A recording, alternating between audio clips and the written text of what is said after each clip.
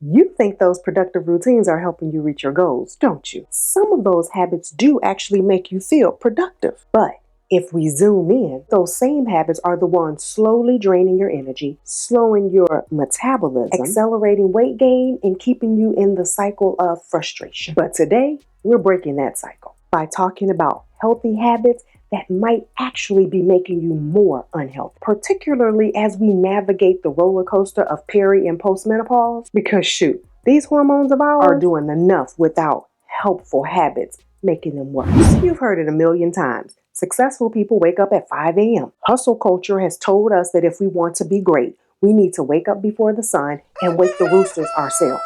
If you're over 40 or over 50 like me and have fallen into the practice of believing that you need to sacrifice sleep in order to get ahead, I hate to be the one to burst your bubble. You're actually setting yourself up to experience more fatigue, mood swings, cravings, and weight gain. For a little over 6 years, I would log onto my computer, turn on my camera, and teach English as a second language from 3 in the morning until 7, where I would then turn off my computer and my camera and then go and home educate my 2 boys for the rest of the day. And so it should not have been a surprise to me when poor health pulled up and came knocking at my door. But it did. My mood, my appetite, all over the place. And the weight was coming on fast. What I wish someone had told me before I reached this sad state is, during peri and now postmenopause, sleep quality takes a hit. That our bodies are working overtime trying to manage the hormonal fluctuations. And sidestepping sleep is like firing your most essential worker during the busiest season. Not smart. Our bodies is not a machine, it's a system. So when we skimp on sleep, we are priming the system to crash. Now you tell me, what's so magical about torturing ourselves to wake up before our body is ready? When a healthier approach would be to wake during our body's natural sleep cycle, not some arbitrary standard of productivity. Being over 50 and wanting to have good quality of life in my 60s, 70s, 80s, and beyond, that requires me to now recognize that I need to protect my sleep. Something I should have done a long time ago, but it's never too late. I'm either going to bed a little earlier, which is a challenge, or I'm allowing myself to sleep a little bit longer so that I can balance that out a little bit. If waking up at 5 a.m. means I'm only getting 5 to 6 hours of sleep, that doesn't feel like protection to me. It feels more like endangerment. But sleep deprivation, that's not the only thing sneaking up on us. We might actually think it's the healthiest thing we do all day. But, Lord have mercy, the number of women I see trying to squeeze their meals into a tiny 6 or 8 hour eating window, don't get me wrong. Fasting, it has its benefits. My family, we fast in order to enrich our Christian walk. My health practitioner has actually had me do fasting as part of my healing protocol. And regrettably, I myself have forced myself to forego eating, walking around hangry, snapping at my family because I was convinced I was doing something good for myself. And you know what happened? The more I fasted, the more my body produced way too much cortisol than I needed, and it showed. Thousands of dollars were spent in order for me to learn that during these wisdom years of life, eating regular balanced meals to stabilize our blood sugar is far more important than random fasting windows. Our body needs fuel to manage the hormonal symphony going on inside.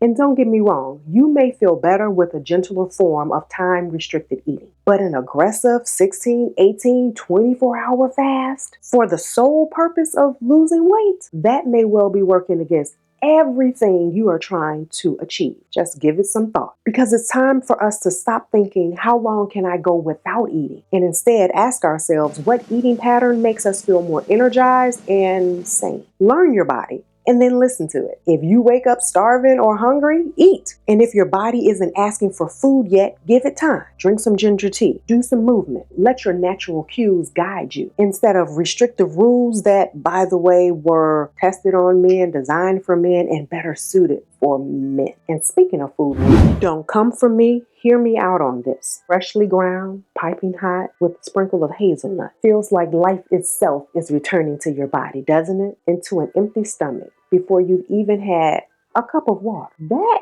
is a one-way ticket to stress, dehydration, messing up your metabolism and spiking cortisol. That's naturally highest in the morning. Did you know that? Blood sugar dysregulation heightens anxiety, and worse, hot flashes. And here we are just inviting all of that in one caffeinated cup at a time. I worked with a 65-year-old lady who had been on anti-anxiety meds for the majority of her life. She shared that she woke up feeling anxious every morning, and she was used to that. However, it was getting worse. During our talk, we explored her openness to having a cup of water first thing in the morning. Now, that doesn't sound like a big deal, but it is, because she absolutely hated water. If she got in one bottle of water in the whole entire day, that was a magical feat. So me asking her to wake up and consume the thing she hated most first thing in the morning, that was big. Then I had the audacity to ask her, to challenge her to delay her cup of coffee until sometime between breakfast meal and lunch meal. I know.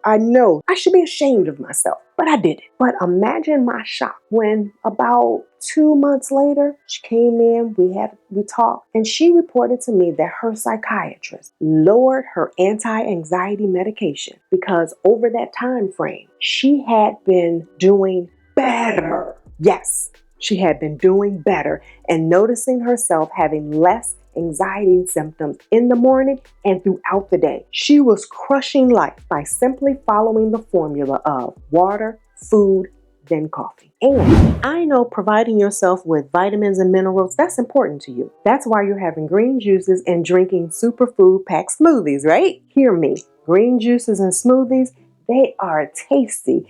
Yet, they're often healthy sugar bombs in disguise. Yes, even the ones made with all natural ingredients. They can spike blood sugars, cause energy crashes, cravings, and fat storage right around the belly. Apparently, during this phase of life, our bodies are more sensitive to blood sugar spikes. Who knew? So that morning smoothies with bananas, dates, mangoes, and a touch of spinach, that energy crash at 11, yeah, that's going to happen. Now, if you love smoothies, I love smoothies. I really enjoy them in the summertime. Consider making smoothies with more vegetables, protein, and a little bit of fat instead of the usual sugar sensation. Sensational. What can I do for you, girl? And I know, and I know, and I know. Oh, and have the smoothie with a meal instead of as a meal. And know that food is not the only thing throwing things off. The way my body has changed during this phase of life, I don't recognize it. There's things leaning to the left when they should be standing upright, expanding like life is growing inside of me,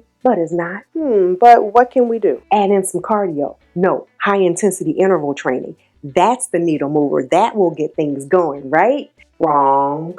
Forcing ourselves to do this kind of workout day after day. Those might be doing us more harm than good at this point in life. We need to take the Goldilocks approach when it comes to cardio. Not too much, not too little, just right. Or risk increasing inflammation and those belly fat storing hormones. You choose.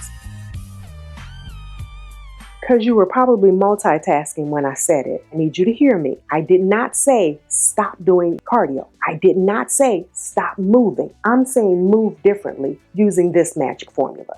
Strength training, i.e. lift weights, 3 to 4 times a week. Walk every day. And if you want to do HIIT exercises or any other kind of cardio exercise, do those 1 to 2 times a week for no more than 15 to 20 minutes. That's the magic formula, and I'm here giving it to you for free. To take things to the next level, to dive deeper into the habits that actually help us during this phase of life, subscribe, become a part of the community, because we don't need to move more, we just need to do different.